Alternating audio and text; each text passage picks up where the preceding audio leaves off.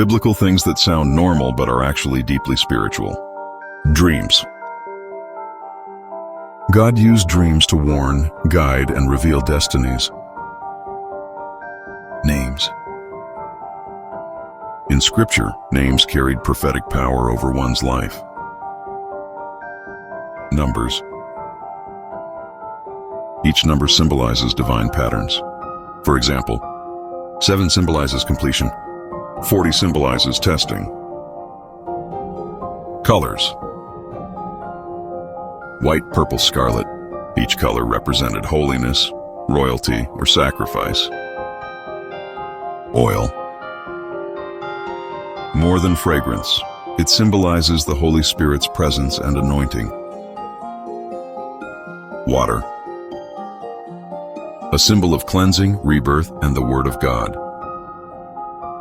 Mountains.